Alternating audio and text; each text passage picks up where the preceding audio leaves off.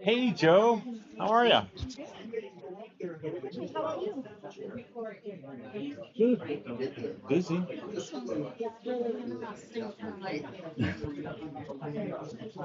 Is this the most people so far? Pretty close. Yeah, that's huge. Pretty close. Oh, yeah. I'm trying to build the audience for the live stream too. So. My husband's watching on YouTube while you're doing that. So he can't hear us. I'm trying to build the audience for the live stream too. Oh, I was saying, just tell me that he's watching it on TV. I said, no, I got it. Yeah, it's fun to be here. Build the audience for the live stream. All right, good to see you too. Sorry to be so distracted.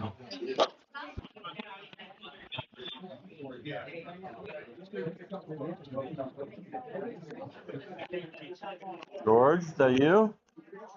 Nope. No. Hi, I'm Lyle.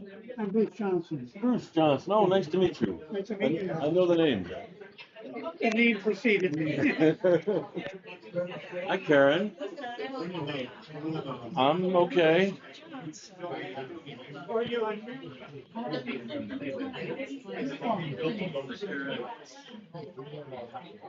Good.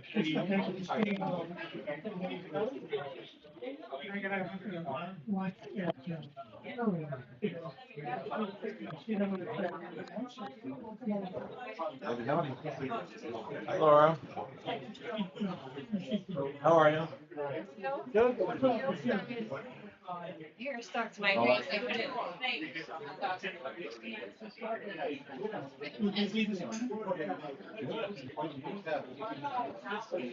Yeah, sort of, yeah. That's okay.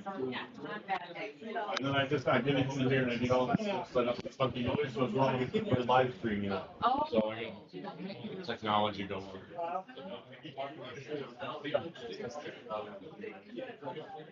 You guys have a decent weekend up here. Not good as next week.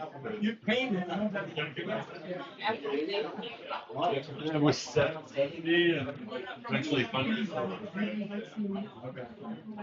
See how much more. I think over the Wednesday, Thursday, Friday, or Tuesday, Wednesday, Thursday, they're gonna do about 3 Oh, God. So let's see how that goes. Yeah, that could not be that great. It was pretty dramatic last weekend. Larry sent me the pictures of Oh, yeah. Yeah.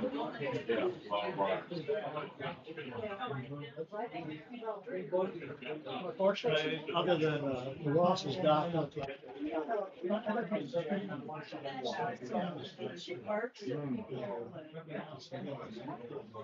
Yeah. We got the movement, the water has to close the house, so it doesn't go under. Very limited when we started about the river flowing under, two front spaces at a time.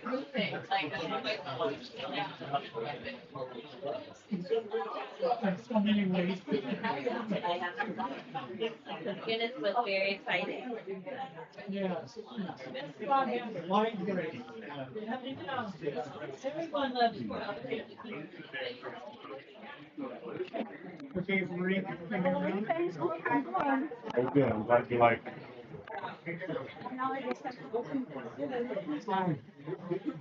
I'm still trying to figure out some of the fonts I think are too big. I'm still trying to figure stuff like that out. So feel free to any ideas you have. Have we gotten any feedback from anybody yet?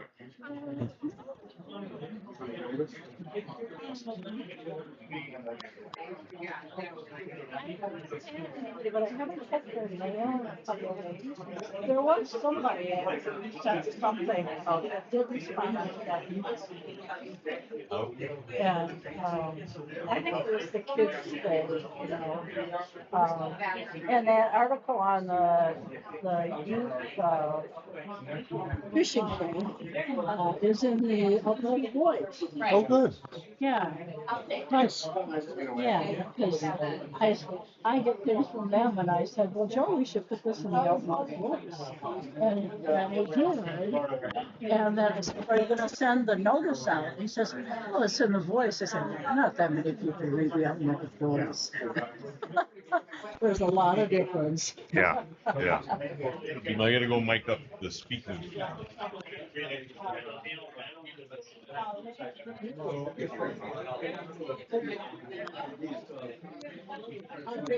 Is the mic for you? Oh.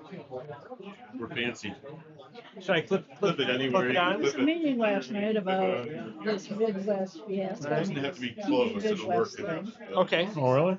Yeah, and the woman who's running it says, oh, yeah, Richard Perry's numbers. He Yeah, says, I looked yeah, at yeah. the London Historical Society. And Boy, I wish they'd put mine underground, but southern Michigan, I don't think they're quite as concerned. So But she supposedly got. Well, with all the That's that Val woman. houses and Mhm. Yeah, everything. it's Different Yeah. May. yeah, You got Too sewer local or lines. Washington? yeah, a whole bunch of She's infrastructure to not work around. I mean, she's not So. local. Good. Well, I'm glad you're well. Glad you made it through. Yeah. You know, have- Washington, there's very few people there. Oh, Didn't it? Yeah, I didn't have a good It's getting sense. better. yeah. I got about another week. As they say, sit down.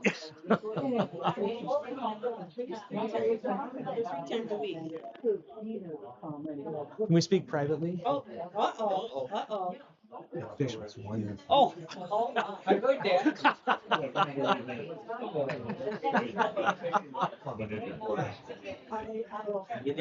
I did. I just told Gina that that fish was actually really good. I didn't comment on the way out, but it was really good.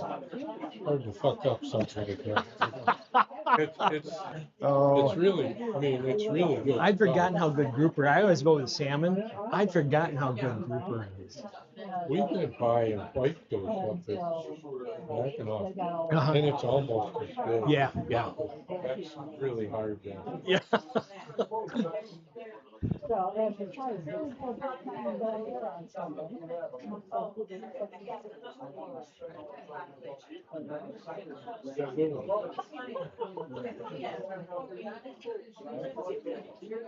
It's something you give to them.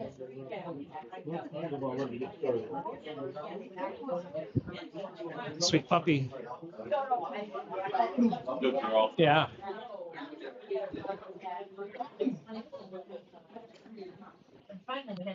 Hindu's the reason. Hindu is Dave Merton's nickname, by the way.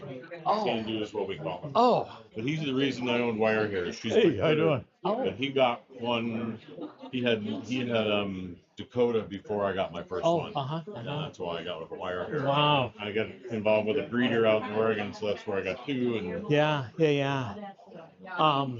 So I did short hairs with Jim and Sendek for a while. okay. You ready to go?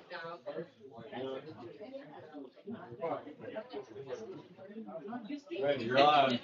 All right, who's in charge? Let's get started. Oh, man. Gosh, that's bad. Hard to think about. Yeah. Okay, we're going to do our next to the last hot stove. Mark Luttenton, PhD from the R.B. Annis Water Research Institute at Grand Valley State University. I asked him to leave that up there so I'd have something to say about him. Actually, I've known Mark for a long time, but he's been a good friend of us and done a lot of work on the river up here with his students that he sponsored and mentored. He had Brian, the fish guy, back around when 13. And then more recently, Logan was doing a fish study up here. So some of you may have met him. And we got one more. Scott Smith's going to be with us the next time we meet.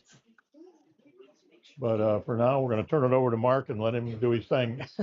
With one additional comment, when we get to the question part, I'm going to come around to you because we're live streaming this. So the people have been commenting and we can't hear the question. So when you get ready to do a question, we'll give you a mic. All right, up to you. Thanks, Richard. Well, thanks everyone. Gosh, I sure appreciate the invite to come up and chat about the work we've been doing on the AuSable River for the last few years. Richard mentioned that had a number of students working up here, and I want to say right up off the bat that without students, we wouldn't be able to do a lot of this work. And the support of the organizations here in the local area has just been terrific to allow us to do a lot of this work. I would like to encourage everybody to grab a cup of coffee, because if you're like my students, I give you about 10 minutes and people start nodding off. So caffeine is probably a good option at this point. So I'm going to do kind of a general view of fish, trout biology, quick, just to kind of get you oriented on the life cycle of trout. Every stage of a trout's life cycle is important. And so I want to sort of cast it into that framework, because we're starting to look at other stages of the trout life cycle, not just the adult fish, not just the big fish that we're all interested in catching. There's some other age classes, younger fish that have become, I think, a really important part of the story. So we're trying to build that into this larger picture that we're talking about. So trout abundance, that's really what it comes down to, is how many fish are there in the river? That's what people like to think about when they go fishing. Are there a lot of fish? Are there a few fish? How many fish per mile? How many pounds per acre are out there? And there's two things that determine any population. Doesn't matter if it's fish, birds, turtles, snakes. Two primary aspects of a life history of an organism. One is birth rates, how many juveniles are in the population at any given time, and the other side of that coin is mortality, how many organisms are dying, and we measure those as rates. It's the number of individuals per some unit of time. Comes down to birth rates versus mortality rates. That is the fact. Those are the factors that will determine how many individuals there are in a population at any given time. If we only look at one side of that, if we only look at a certain portion of that, we're only getting half of the picture. So we're trying to expand out and incorporate some of these other stages. The question then becomes, what controls birth rates? How many juveniles are entering the population at a given time? And what controls mortality rates? We've got a sense of what controls mortality rates. Predation, for example, is one thing. Contaminants, toxins in the water is another. Available habitat plays a role of that. We have less of a clear picture, especially for the AuSable, what controls birth rates. And we're starting to do some new work down the road. I'll talk about that towards the end. But what controls birth rates? Because the number of babies is going to determine the number of big fish 2 or 3 years from now, right? If you don't have a lot of little ones, then you're not going to have very many big ones. So it becomes this sort of equilibrium at some point. When we look at the population numbers, this is from Twin Bridge, the surveys that DNR has done over a long period of time. We see this cycle of increasing, decreasing. So this is brown trout, brook trout, increases in numbers, decreases in numbers. That's pretty normal for a natural population. Some years you have more fish, some years you have fewer fish. It goes up and down. And part of the impetus to start most of this work has been these last few years, where the number of fish, both for brooks and browns, has dropped below where we've been historically. That becomes the big question. This black line is the one that the DNR tends to use to gauge whether numbers are up or down. It's a running mean, so they take all the old historic data, they add the new, more recent data, and they come up with a mean. So from that, they can say, well, the mean number is still pretty good, or it's come down a little bit. If we separate these into time frames, pre-2010, post-2010. This is the mean from pre-2010. This is the mean for post-2010. And if we did this statistically, there would be a significant difference in the number of fish over between those two time frames. What's the difference? What's happening? What's going on with the trout populations that have kind of led us to this point? So when we look at the life cycle, reproduction, so for fish, it's spawning, the number of reds, the number of adults in the population. But then it comes down to how many of the eggs survive, right? The fish might be producing a lot of eggs. They might be putting a lot of eggs into a red, but how many of those eggs actually survive long enough to hatch? That's a tough one to study. But once the eggs hatch, they go to this stage called the alvin. We don't know how many of those survive. right? That's a big question mark in terms of the life history of the trout in the Au Sable.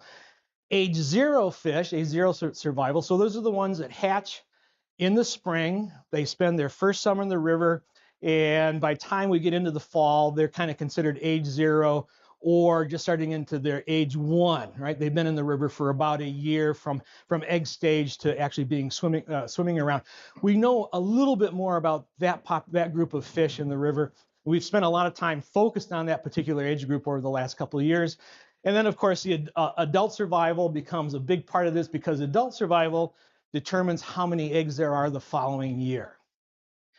And so the old adage is that the chicken, the fish, or the egg, it's a feedback loop, right? It's kind of this ongoing feedback loop, and to tease that apart to figure out what are the weak links in all of this. Perhaps there's been a decrease in spawning. There's fewer adult fish in the river, so there's fewer eggs being produced on an annual basis. Maybe there's a decrease in egg survival. I've got some new data that suggests there might be a weak spot in that egg survival part of this due to some contaminants that we're finding in the fish. The alevin, that's when they hatch and they swim up into the water column. That really young stage, are they surviving well or not? Like, are there a lot of eggs? The eggs hatch, but then it's the alevins that die, the alevins that don't quite make it. All those stages are really hard to study because a lot of them happen in the winter, early spring, late winter, early spring. So it's a tough time to work on those populations. So the last couple of years, we've really focused on the age 0 fish and the adult fish. What are the age 0 fish populations doing? What are the adults doing? With a very specific caveat to all of that. So to take a look at that, the age 0 fish, we've been doing more intense estimates of age 0 fish survival over the last couple summers. We've been analyzing fish tissues for toxins, right? We look at the big fish, the ones that people eat, and they do consumer advisories. Don't eat more than a pound or half a pound of this fish if you're a certain age. We don't look at the juveniles because nobody's eaten the juveniles.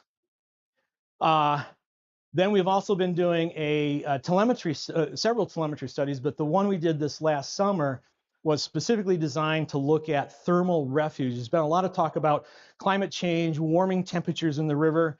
So we wanted to figure out exactly whether or not the trout in the North Branch utilize cold water zones in the North Branch to maintain a body temperature that's not being stressed by those warmer ambient water temperatures. And then we've been fortunate to have some additional work to evaluate movement of trout. This is bigger trout on the East Branch after the dam at the hatchery was removed, right? To see how many fish are moving upstream to take advantage of that upper part of the East Branch of the Au Sable system. All right. This age 0, from the egg stage to age 0, is the most vulnerable part of the life cycle. They're the ones that are most susceptible to predation. They're more susceptible to toxins in the water or in their tissues. And so, the age 0 fish are the ones that account for the vast majority of those bars when we look at the total number of individuals in the population. So if we go back to this diagram, we have these big bars, we have these smaller bars. That variation from one year to the next is really a representation of how many of those age 0 fish are in the river. It's not really a good representation of how many big fish are in the river. It's primarily a representation of how those the abundance of young of the year fish is changing over time. So when we have a big number of fish at a certain time, like 2010, this is 75 to 85% of that bar are young of the year fish. When we see a drop, we have these low numbers. Think, well, 75 to 80% of the population are those young of the year fish. That's a big drop in the number of those little juveniles. Yeah. So an age 0 fish, yeah. Sorry, this is So millimeters, 55 millimeters to 125. I think that translates into about an inch to 3 inches, maybe up to 4.5 later in the summer. Yeah. Okay. Does that make sense? All right. Anybody need coffee? Steve, there's coffee back there if you start to doze off. There's a large gap in the years there. Did they not do any study in the 10, 15 minutes there? Or? Yes. I have on I have on good authority that they suspended doing the annual surveys for a lot of this. So this is just for Twin Bridge. There were surveys at other locations, but not at Twin Bridge. Yeah. Thank you. Yeah, thanks for the question. Okay. So let's do just a quick little numbers comparison of young of the year fish across about a 20, we have a 20 some year, 24 year time frame now to look at the number of young of the year fish at Dam 4. So fortunately, there was a study done back in 2000, 2001 by McCrae and Diana. Jim Diana was the fisheries biologist at University of Michigan for a long, long time. They specifically looked at the number of young of the year fish at several sites, but Dam 4 was one of their primary study sites. In 2000, they estimated that there were about 8,000 brook trout, 1,800 brown trout, and this is per hectare, so it's not quite the same as an acre. So I've done a little conversion for you. So 8,000 brook trout per hectare translates into about 3,200 trout per acre. Right, it was just kind of more of the standard measurement that's typically used. For brown trout, 1,800 per hectare translates into 729. Same thing in 2001, pretty high numbers. So once we realized the number of trout were starting to go down, we thought we've got this baseline from the early 2000s. We'll go back and repeat the McCrae and Diana study, do things exactly the same way they did. So that was our effort in 2021. We found at the same site, using the same protocols that McCrae and Diana used, that brook trout were down to 3,000 per hectare and brown trout were down to 216. So that's a 66% drop in brook trout and a 92% drop in brown trout in about 20 years. All right, same method, same site, doing things exactly the same way that McCrae and Diana did. One of my grad students a couple of years ago, a guy named Mike Trapp, went back and we repeated that study at a couple different sites. So we did Twin Bridge, Lions Run, which is a secret spot that I'm sure no one will be able to figure out exactly where that might have been. This was named by my graduate student. I said he could have been a little more creative, a little more cryptic, but it is what it is, right? So for brook trout, obviously Dam 4 is a pretty good location for brook trout.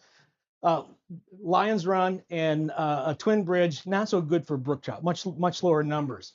But the important thing to note is from this was late June through early October, we see this drop from about 3,000 per hectare down to about 1,500 per hectare. That's a 50% mortality rate in about 3.5, 4 months. We see the same thing for brown trout Twin Bridge, Lions Run, and Dam 4 again. We go from about 2,000 fish down to about 1,000. So we're looking at about a 50% mortality rate just in those first 3 months, midsummer to early fall. When we look at here, the numbers from the DNR, they do their surveys late summer, so late September, early October. They estimate there's about an 80% mortality rate from 1 October through to the next October. So the important part of this is that there's a 50% mortality rate before surveys are actually being done. So add another 80% mortality rate on that 50%, we're looking at a pretty significant drop in the number of fish. Yeah. How does that compare to other rivers? Yeah, sorry, I didn't go back. I didn't do my homework. This was an exam I'd fail.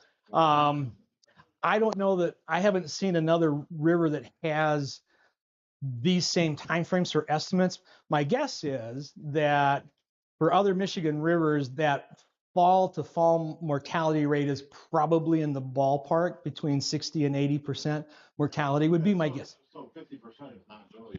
Well, yeah, so the difference is that 50% occurs before we even do the annual surveys. So we've lost half the fish before we even figure out how many are there, and then we lose another 80% after that. So That could be just normal, right?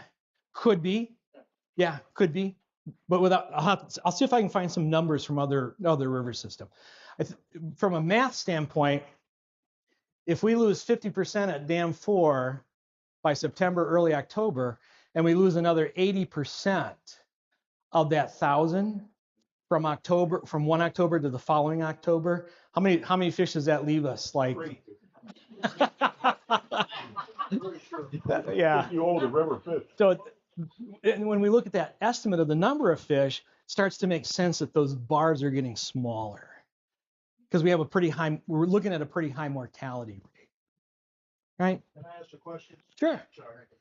What year did they open the river to all of your fishing? You can fish all year, right? Yeah. Catch and release after the normal date, but Boy. what year was that? Was that 1990s? I'm just trying to see if we started doing this right after we started allowing people in the river all year. Yeah. I'm just throwing out. Yeah. I'm an old guy. When the season's supposed to close, I quit. You quit. Yeah. Boy, good. I'm an old guy too, and I don't know the answer. I'm just curious. Yeah. It's a good question. You know, It's a good question. when I was a kid, we seemed to have fish. Y- You know, Uh-huh. now that I'm a better fisherman, we don't seem to have fish. Yeah. Good Of questions. course, I can't go all day like I used to. Richard? Oh, no, it could be the reason. He's just catching all the fish. All right.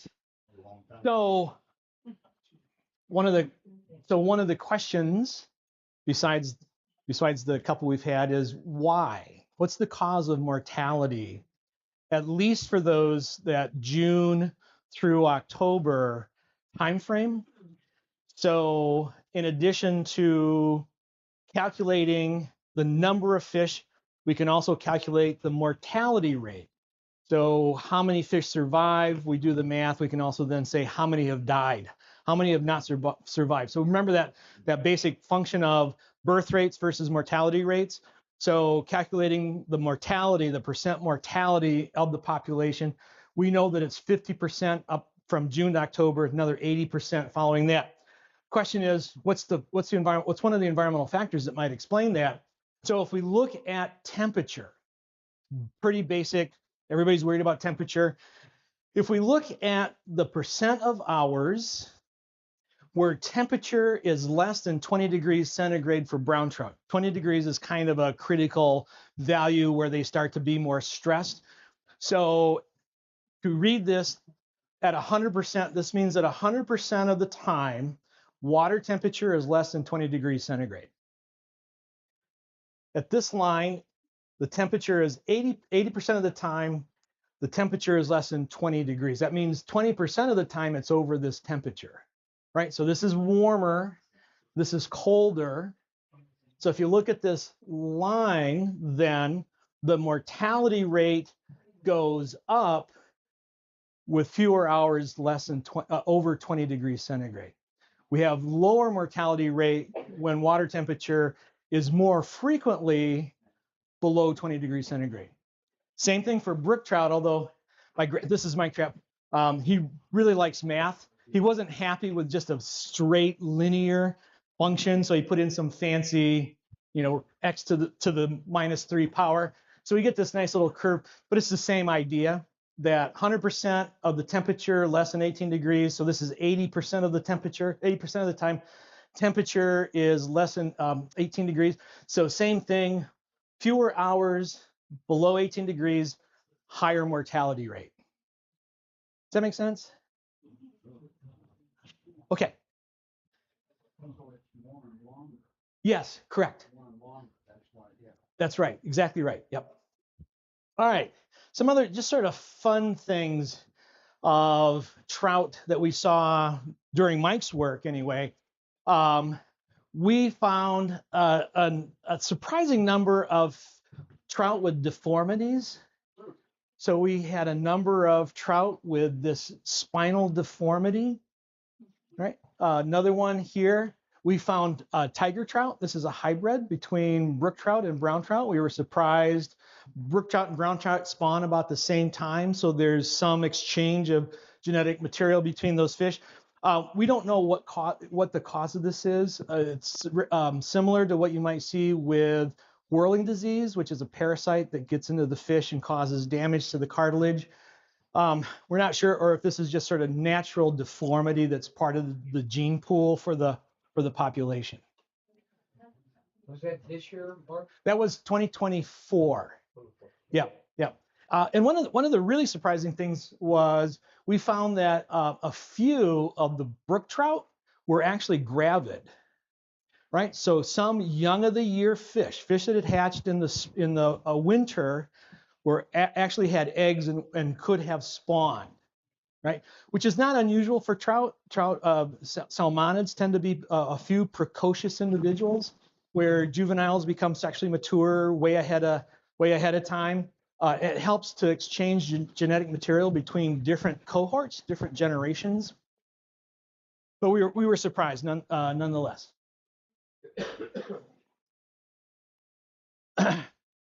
We were out December 2025, just kind of sticking with the young of the year, the age 0 fish, looking for juveniles for the main branch. Not surprisingly, I guess, but it was good confirmation. The majority of the young of the year, the age 0 fish that we found in the main branch in early December were adjacent to springs and seeps, where groundwater is actually coming into the river. Those little young of the year fish were tucked up pretty tight to those seeps. Our guess is, and we want to do more on this, is the fish are looking for warmer water as it gets colder, and that groundwater stays warmer than ambient stream temperatures. So stream temperature might be around 34, 35. Spring water runs right around 54, 55. Helps them grow faster, maintains their metabolic rates. In the East Branch, this was kind of surprising also. We've been doing work over there, and when we did some tagging in the East Branch of Young of the Year back in 2024, so late June, we ended up right behind the hospital down where the kids' fishing area is. We ended up with about 350, 400 age 0 fish. We were out last fall in early October. We ended up with about 85, 86, somewhere in there, young of the year, age 0. When we went back in December last year, 2025, same section of the East Branch, we got 3. So now the question is, where do they go? All right, so that'll be a future project that we'll see if we can track that down. We do have some of them tagged. Yeah, so this was the other grad students project. We use little pit tags. They're not the radio tags. We use a little hypodermic needle. We inject it into their abdominal cavity. But we have to go back and catch them to figure out if they've been tagged or not. So it's the same thing you put into a dog. If you want a microchip, when they call it a microchip, yeah, it's really a tag to put in fish. Okay. Anybody have any questions on the kind of the basic stuff on populations, numbers, in addition? Yeah, Marge? A few years ago, in the summer when we had some really hot weather, I remember some conversation about, is there any way, the fish are so stressed that really people shouldn't be fishing. So is there any way to put up signs or stop them or request that they not fish? And I'm wondering what you think of that, and also what does the DNR think of that? Marge. Sorry. Let me come back. Keep that thought. We'll come back at the end with some stuff on temperature. Okay, yeah. Yeah. Okay, so a second grad student, Tori Vanderstelt, she graduated in December this last year. Mike is still working on his thesis. He should be done by the end of this semester. Tori looked at toxins in young of the year brown trout in the North Branch. All right, the question is, are there toxins in those juvenile fish that might be part of the answer to why we're seeing such high mortality rates, especially in that early life stage? I've also just gotten some new data for the main branch, young of the year, and some a little sample of the East Branch, which we're going to go back again this year and take another look. So for the North Branch, we collected water samples, sediment, especially in those soft, gooey nearshore areas. Those are prime habitat for young of the year fish. They spend a lot of their early life stage sitting near those little muddy flats. Part of the reason for that is those are usually good spots for springs and groundwater to come up along the stream channel. We analyzed those samples for hexavalent chromium. This is the nasty stuff. This is the chromium that's really, really bad, pretty heavy duty neurotoxin and carcinogen. We did aluminum, cadmium, regular chromium-3, lead, and mercury in those samples. We had some previous data on PFAS compounds in the water, so we know there's various PFAS compounds in the North Branch already and other parts of the Au River system. And then looking at brown trout and aquatic insects are important because that's the main diet for brown trout, for trout. We analyzed those for aluminum, cadmium, chromium, lead, mercury, and 37 different PFAS, PFOA compounds. And so from that, we found that in the water, at least for metals, they were all the samples were below detectable levels for metals in the water, which is not a surprise. Metals aren't real soluble in water, except under certain circumstances.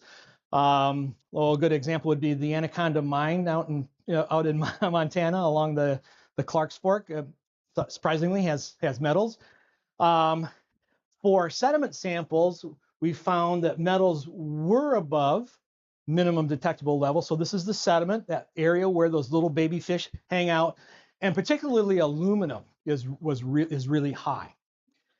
In young of the year brown trout mussel, we found surprisingly mercury already. So those fish have been in the water for less than a year, and they've already accumulated mercury at a level that we could detect analytically. And we also found that they had PFOS, the specific form of PFAS, PFOA compounds, which is really surprising. We also found in aquatic insects, there were detectable levels of metals and also detectable levels of PFOS. Those are young, really, really early instars. So insect life cycles, they emerge. They're adults during the summer. They lay their eggs. The eggs drop into the water. They go through several instars. So these are in November. These are really little bugs. They haven't been in the river for a long time, and they're already accumulating metals and PFAS. The surprising part is that of the water samples that we analyzed for PFAS compounds, PFOS was not there. Right? But it shows up in the bugs and it shows up in the fish. So they're accumulating PFOS somewhere in the system. We just haven't found it yet. Okay? PFOS is one of the more aggressive. It's an endocrine disruptor, so it affects reproduction. Our guess is that the PFAS is being passed from the adult females to the eggs because they're lipid soluble, and then it's in the juvenile fish through the egg stage. The other thing that we just recently found, and I got to credit Steve Sendek for this, he's been talking about the potential for various contaminants because of the oil and gas development up in the upper end of the North Branch. And just on a whim, I just had a chance to analyze some samples for methane. Methane's a byproduct of gas exploration. And so from that, the only column to look at is this last one. So this is methane in micrograms per liter. So water samples at the Ford on the 26th of July, 2024. This is a second sample from the Ford, the black hole, Lions Run, and at 612. These samples range from 7 micrograms per liter to 226. And based on work done in Pennsylvania related to gas extraction and old coal mines in Pennsylvania, a person working for a U.S. Geologic Survey out there has determined that anything greater than 4 micrograms per liter is indicative of oil, gas contamination or products from old coal mines in Pennsylvania. And the Ford is at 226. Now, it's not necessarily toxic to fish, but fish avoid it in solution. This is really especially crazy because this is in the summertime when water temperatures are pretty warm. So a lot of those volatile organic compounds like methane want to degas into the atmosphere, and we're still getting 226 micrograms per liter. Okay.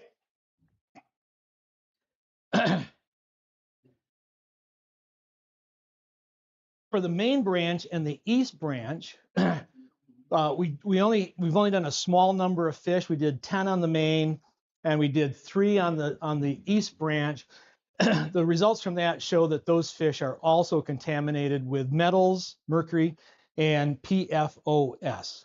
So we're going to expand that out and keep looking for more areas to see how pervasive this is across the basin. My guess is that it's pretty widespread. We know PFAS is pretty much everywhere at this point. Mercury is atmospheric deposition, so it's pretty much everywhere. But the PFOS is a bit of a surprise. Okay, that make sense? Any questions, Richard? Oh, looking at that, those contaminants in the river or the water, how would you characterize that? As serious, alarming? We haven't gotten to the point of being able to really understand if it's serious. In my mind, it's alarming. It's just unusual. I mean, you wouldn't find this in other rivers across the state. That's all right. I don't think anybody else has looked. My guess is if we looked, we'd probably find it. Yeah, at this point.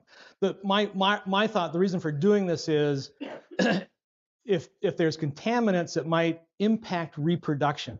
So we look at these juveniles from the egg stage to the juveniles, it could play a role in early juvenile mortality.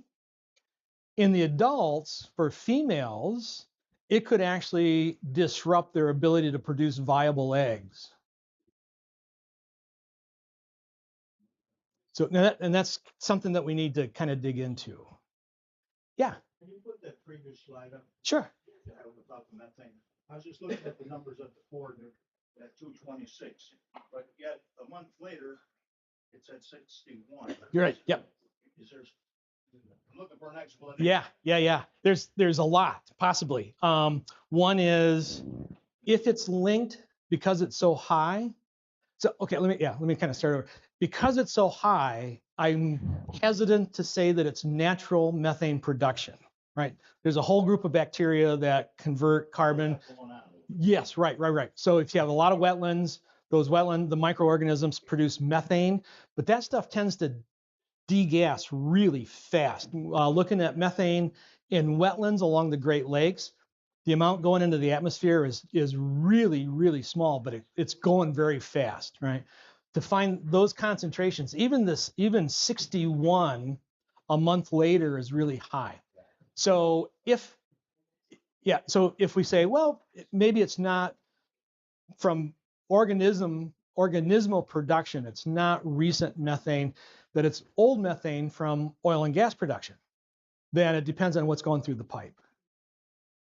And one project I'm working on with a person at Michigan State, we can take methane and analyze the atomic structure of the carbon and hydrogen, and we can tell if it's ancient methane or if it's modern methane. Yeah, it's the ratio of isotopes C12 to C13. Yeah, and same thing for hydrogen. So we're going to run samples through an instrument that a fellow has at Michigan State. So we'll be able to say that, yeah, this is old methane from oil and gas production, or it's modern methane from methanogenesis. Thank you. Sure. Yeah. Thanks for asking. I wish my students would ask me. Gosh. All right. let's look at bigger fish. So it's kind of the same question, the response of larger trout, in this case in the North Branch, to various environmental factors, particularly temperature, light, water depth, changes in water level in the stream. And this is the work that Logan Clark's been doing. I think a lot of you have met Logan. He's quite the character. I'm trying to get a visa for him so we can deport him to Canada. So, but yeah, right. But only because he's looking at going on for a PhD at University of New Brunswick. So we're hopeful that that he doesn't have a criminal record anywhere that we're not aware of. So we radio tagged several different groups of fish. We've been doing this over the last 3 years. First 2 years we used traditional tags just to see how fish moved in the North Branch. We've done this since 2013, get an idea. This last year for Logan's thesis, we actually used radio transmitters that had little thermometers in them. We implant those into the abdominal cavity surgically, like Logan's doing here. And so as the temperature changes, it changes the radio signal. And when we capture that on our receiver, the receiver translates that change in the signal and it tells us what the temperature is inside the fish. So we can compare the temperature of the fish internally to the water temperature. And the whole idea behind that was to say, if their temperature internally is the same as the river, then they're subject to ambient water temperature. If their internal temperature is colder than where we measure ambient, then they're sitting on a pocket of water that's colder and they're thermal regulating.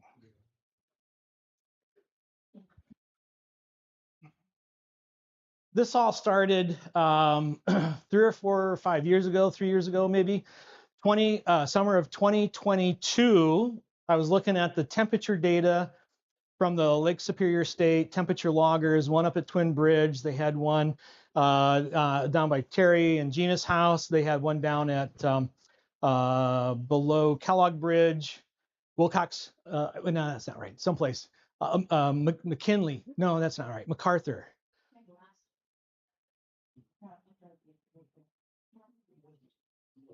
What, Neil Wallace? Down by Neil's. And there's one just below.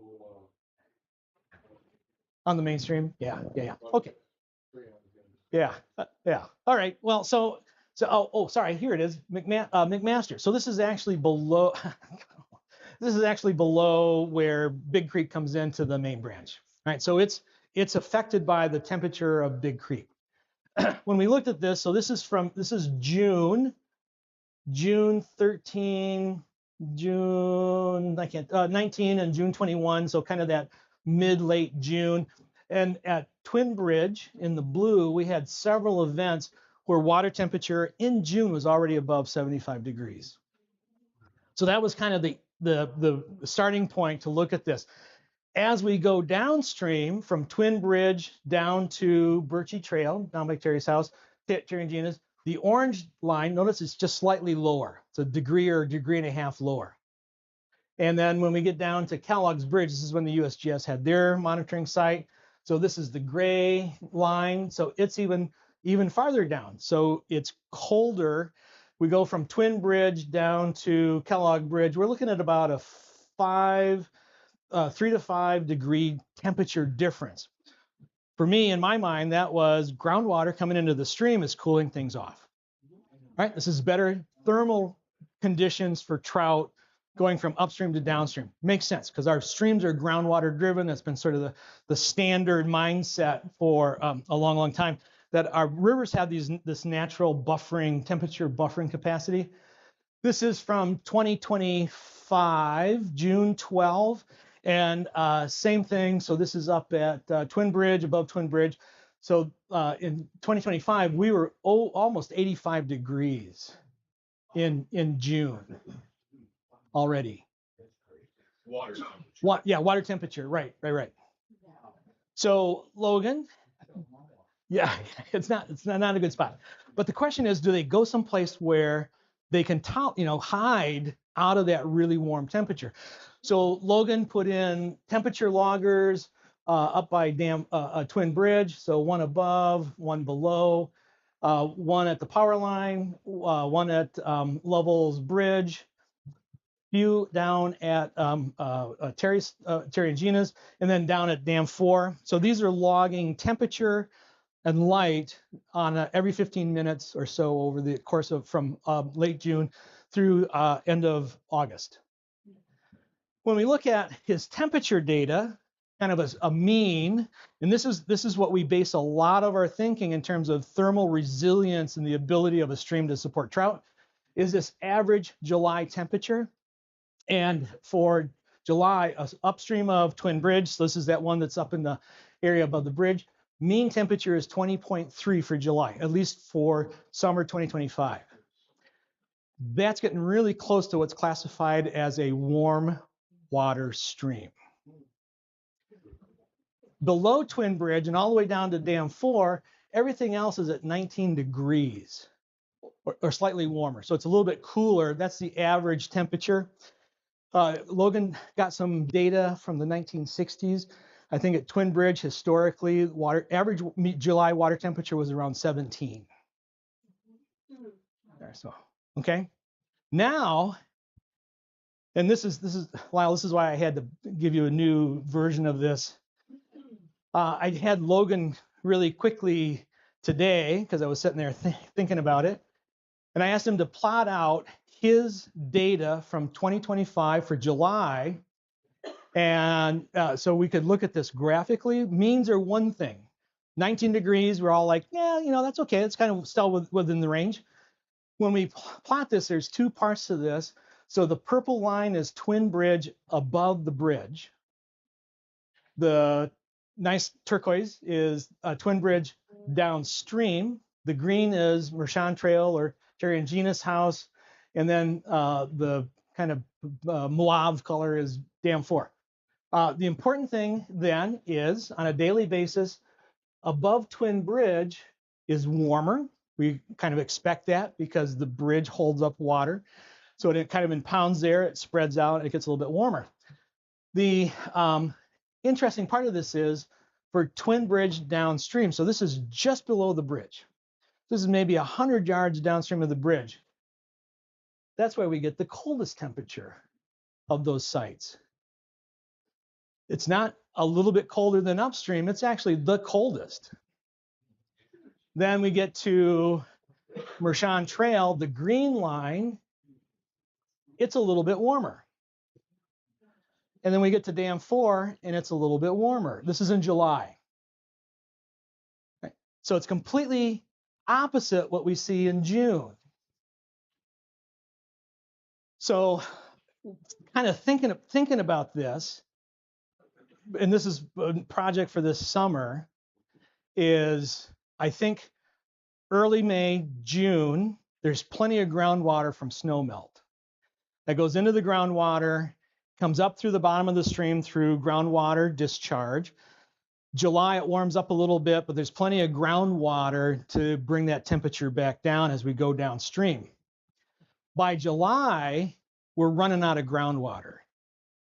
Plus, the water temperature is warmer. There's more sunlight, day lengths are longer, there's more heating.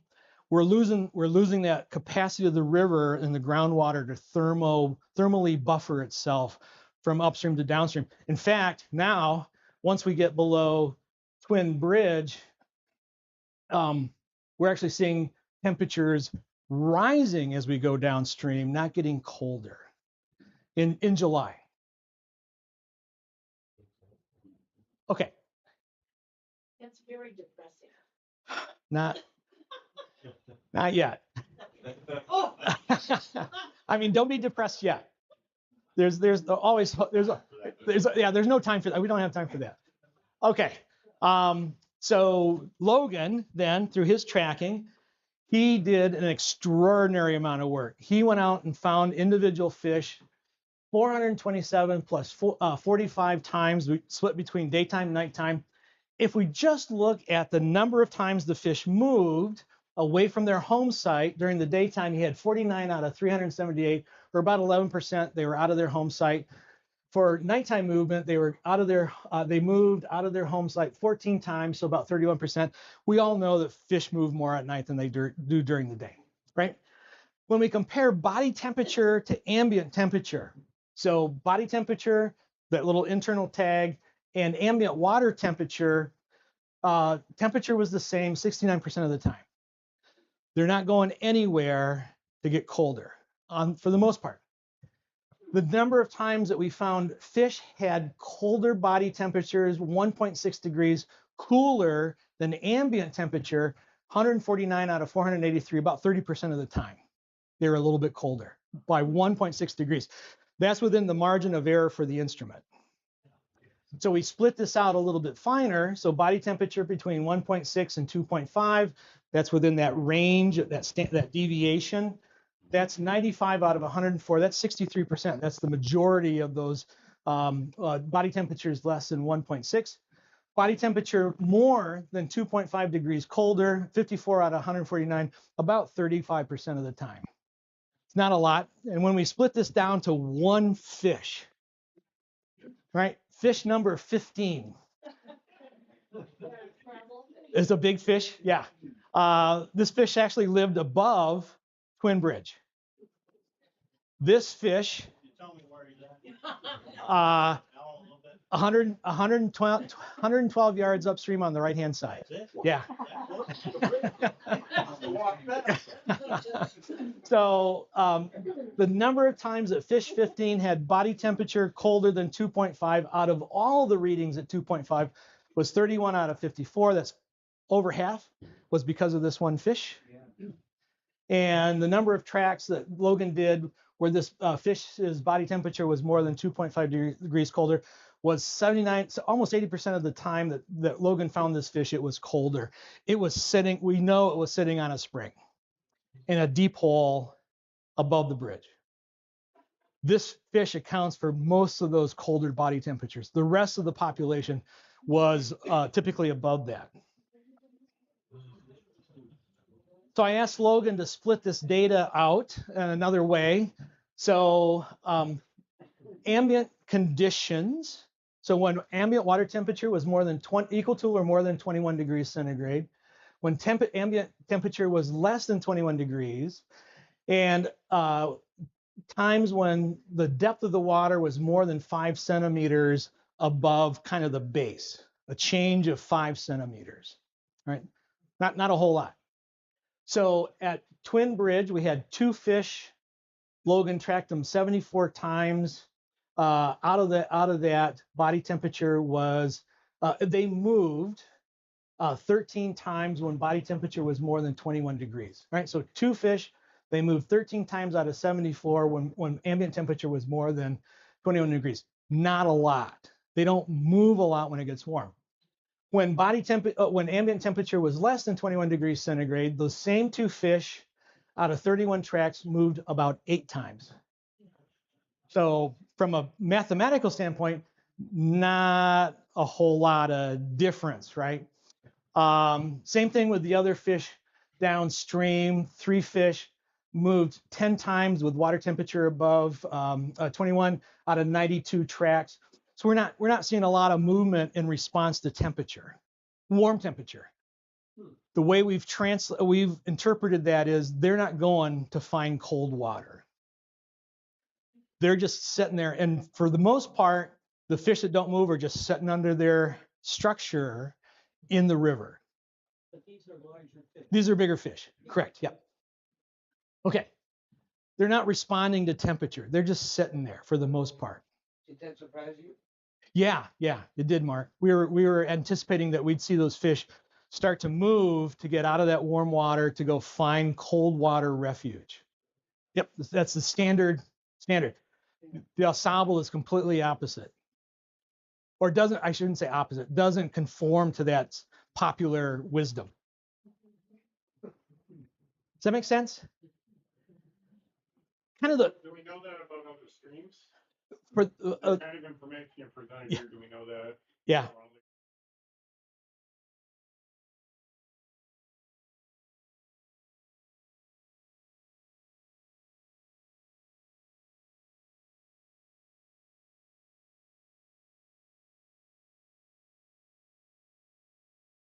Almost all the other studies, I haven't seen any others for Michigan. Almost all the other studies that have been done to look at fish use of thermal refuge has been down south, like Virginia, some of those coastal streams. Almost to a T, they'll move from a large river that gets warmer up into a tributary to cool off. We didn't see that in the North Branch because I think for two reasons. One is there are no small tributaries until you get down to Big Creek. So it's only groundwater coming in along the margins. And that graph of temperature, where temperature is actually getting warmer as you go downstream, I think that warmer water through late June, early July, as it comes downstream and we start to run out of groundwater, there's not enough groundwater coming in along the margins of the stream that provide a signature or a cue to those fish to go look for that cold water. There's no real definitive signature of a cold water stream coming in along the edge of the river that those fish can get drawn to. So I think they set in their spot. So unless they were fish number 15 setting on cold water to start with, just lucked out to find that spot. We did have one fish last year that went to a cold water spot, stayed there for a couple days, and then went back to its original location, which was a warm water spot. Could be that the trout in the Asabo are starting to adapt to warmer conditions. But then I go back to that idea, well, we're seeing a decline in the population. Yeah. Does the data stay the same between rookies and brawls? We didn't do this on brook trout. Yeah, the tags that we use are a little bit too big for brook trout. We need a fish of a certain size, and the tags are just a little bit too big. Okay. Lyle, is this microphone supposed to get hot? Yes. Yeah, right. Be like one of those rechargeable batteries that blows up on an airplane, right? I combust. Okay, so big trout in the East Branch. We tagged 20 pretty good sized brown trout. We used bigger tags so we could track them for over a year, about 450 days. So the fish ranged from 14 to 25 inches. We tagged them after the dam was removed. We kind of went back and forth. Should we do it beforehand? Should we do it after? We decided to wait until after because we didn't want to necessarily tag fish that would bail out because of the construction. So we thought it'd be better to see which fish stay put, tag those, and then see how they behave after the dam was taken out. Well, what we found from that was 6 or 7 of the fish pretty much remained in their normal spots right below the hatchery after the dam was removed and the fish were tagged. We had one fish move upstream above where the dam was historically, got up past the park, not quite to I-75, a little bit farther downstream than that. The surprising part was we had several fish that moved into the main branch shortly after they were tagged. Like within 2 weeks, they built out. Our 2 biggest fish went 10 miles. 10 miles downstream. The winter time was the really surprising part for these big fish. Some of those fish kind of came back in for a little bit, then they would go back out. Winter time, most of the fish, with a couple of exceptions, bailed out into the main branch. We had fish that went upstream into the stump pond in Grayling, which it's a long swim. Yeah. Logan had one fish that was up by Pollock Bridge from that. Okay, does that make sense? So the fish on the East Branch are behaving completely different from the fish on the North Branch. Fish on the North Branch barely moved. Fish on the East Branch were all over the place.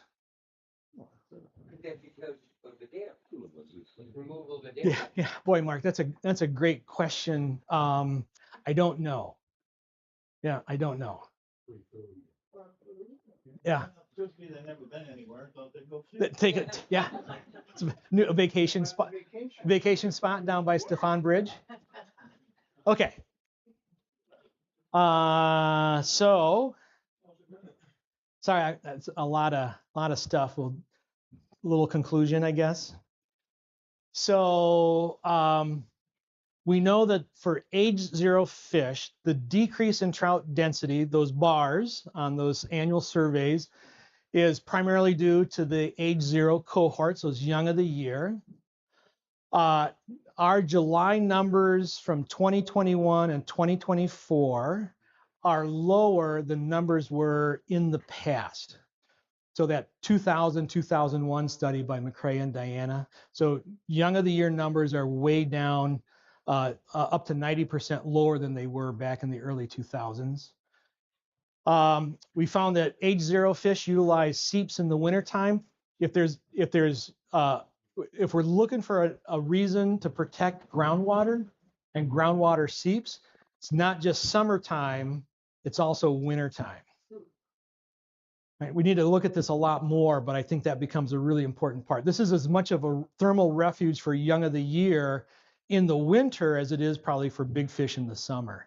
And at this point, at least on the North Branch, we don't see big fish using thermal refuge. I think there's just not enough groundwater by July to provide a sufficient thermal refuge.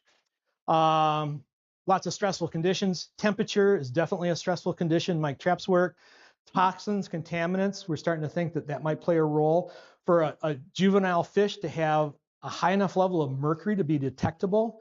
And those were fish that we took the livers out. Livers tend to be the higher concentrations. We took the livers out to do some genetic analysis. So that was just white muscle. That was just white tissue. So we missed the most concentrated contaminants because we took the liver out. The PFAS is likely passed from the female to the eggs to the young of the year. For larger fish do not tend to select home sites on thermal refuge. We expected that those bigger fish on the North Branch would be under logs that had groundwater coming in from the bottom. And with one exception, that was not the case. Right? That ambient body temperature is pretty indicative that they are setting in ambient water temperatures. We didn't find that they moved to thermal refuge. We think there's just not enough of a cold water signature in July for them to find it. So consequently, starting to think that maybe at least for the North Branch, thermal refuge is really pretty limited, at least by July. Increasing stream depth and decreasing light are better predictors of trout movement than temperature, although I just got done having a long chat with Logan. These are his data. Turns out that light thing also included nighttime. And so, big surprise, trout move when it's dark, especially at night. He just took the nighttime tracking out of that data set and did it just with light conditions during the daytime, and there's no relationship. We thought maybe cloudy days we'd see a bump up, but nothing. In the East Branch, larger brown trout are way more active than we saw in the North Branch. And they definitely use the main branch, or at least they did in 2024, 2025. They used the main branch during summer and during the wintertime. And that's kind of what we've been doing.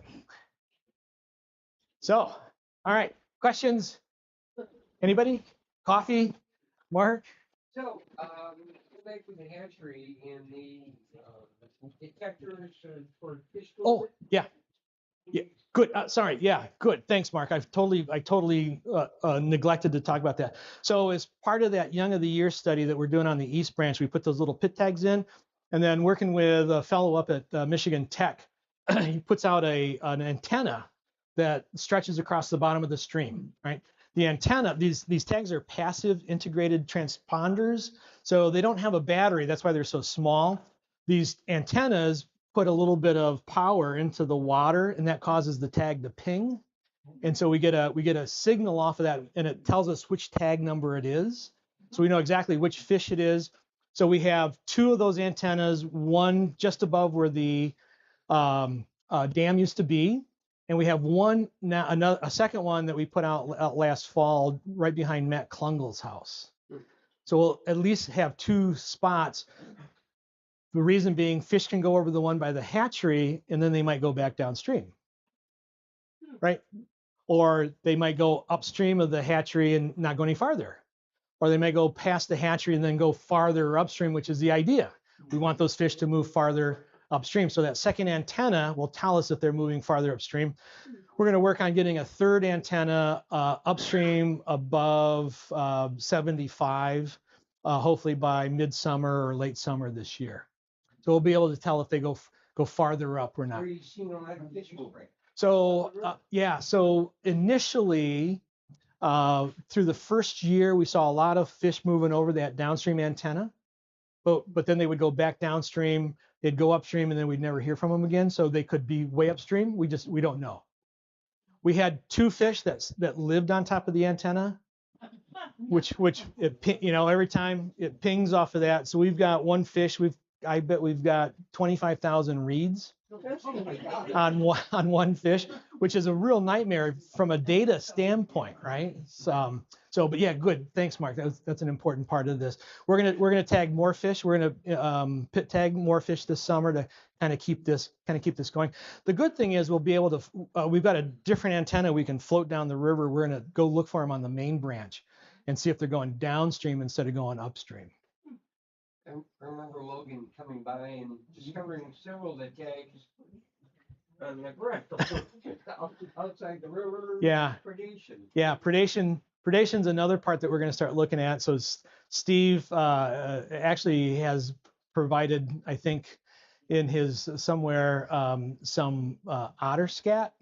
So I'm working with a guy at Michigan State. We're going to analyze otter poop for trout genetics, for trout genes, DNA. So we'll be able to get a sense of how much trout is part of the otter diet. So another little project I'm starting with a guy at Michigan State is we're going to fin clip 100 brown trout at 5 spots on the North Branch this summer.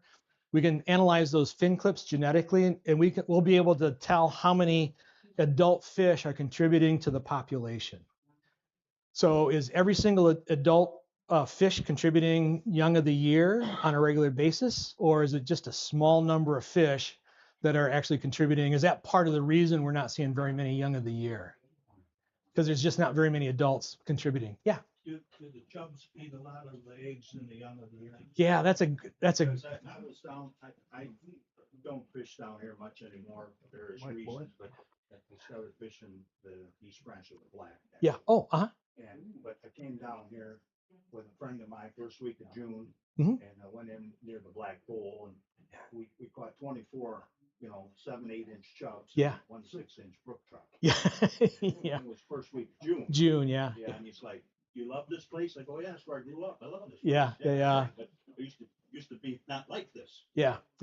I don't know about chubs. I would be probably more concerned about suckers. Yeah, we didn't catch any suckers. Yeah. We did catch that many chubs. A lot of chubs. Oh, that's nice. Yeah. Another chub. Yeah. Just thinking in terms of egg predation. That's what I'm talking about. Yeah. I think that suckers would probably be Suckers would be bigger. Yeah. Sure.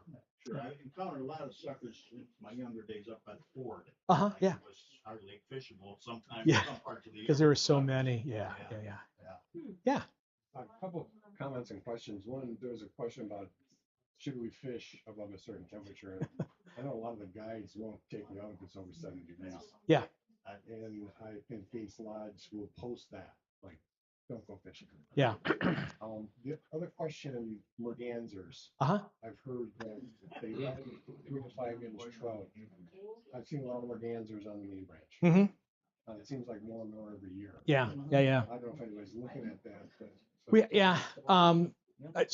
I certainly see a lot of mergansers, common mergansers on the river, especially the juveniles before they can fly. They spend most of their time on the water foraging and feeding. They're exactly in the area where young of the year trout hang out, those little age 0 fish.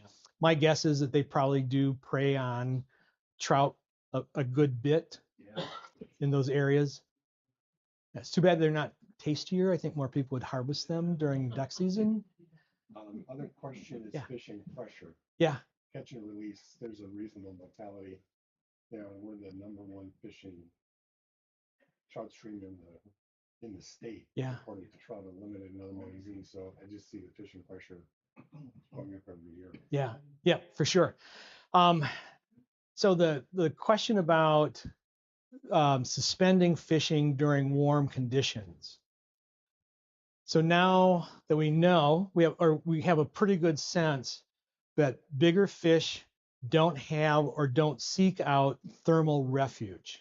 They're pretty much at ambient temperature. So when it's 25 degrees, those fish are at 25 degrees. Any additional stress is tough on those fish. That's why I was wondering about, the non-closure of the season.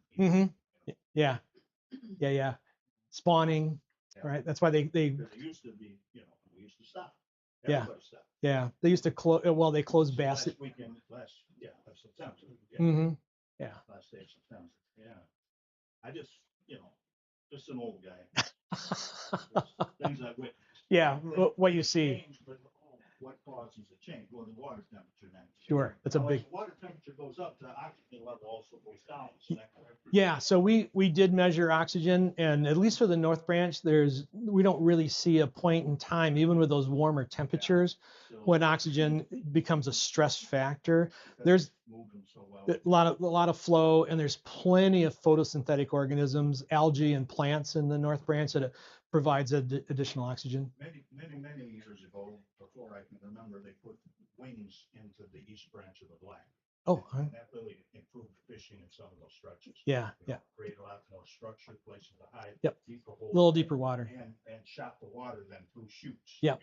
Picked up. Yeah. We're pretty. It's good engineering, right? It's good engineering. Actually, it lasts a long time. They do. Pick the right wood. Yeah. Mark, is there anybody else in the state besides you doing studies like this? How about our good old DNR?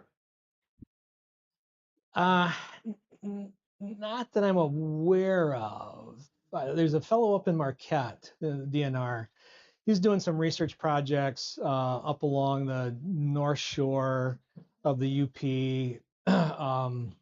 mostly on brook trout. There's some work on grayling over at the old Hunt Creek facility. But beyond that, I'm not aware of a lot of field work going on. DNR's kind of shifted towards using modeling as a management approach rather than using field data. Sorry, I don't know what modeling is. So where you take data and put it into a mathematical equation, and that equation should give you a result where it should get, so you build this model mathematically using available data so that down the road you can change the data, let the model run, and it gives you an answer. And that answer is supposed to be representative of what will happen to the fish population. So we can do temperature, fish number, any suite of variables that you want. We can go into that model and say, let's make the water temperature 3 degrees warmer. Run the model, and it'll come out and say, this is how many fish will be left. How accurate those? So a model is only as good as the data you have to make it with. Right. Yes. And if they aren't, gathering data. Yeah. What's that? And if they aren't, gathering data. Yes. Right. It's been the approach for marine fisheries for a long time. The problem is the data that built the models is really hard to get, especially in marine systems. And then data during subsequent years is really hard to get. I kind of point back to the fact how many marine fisheries have failed or are being closed because populations have gotten so low. In my mind, that's justification to stop using models. Like AI, the error just propagates itself. Yeah. Mark, this is your last one, buddy. Sorry for asking all kinds of questions. Have you any connection with the reintroduction of the grayling? I haven't, but a colleague at Grand Valley has. Yep. So. They Don't tell them where.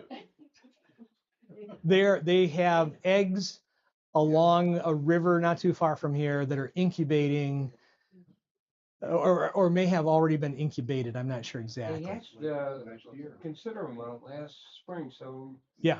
Really? But I don't think those went into a river. I think those went into lakes. They went into rivers? Okay, all right.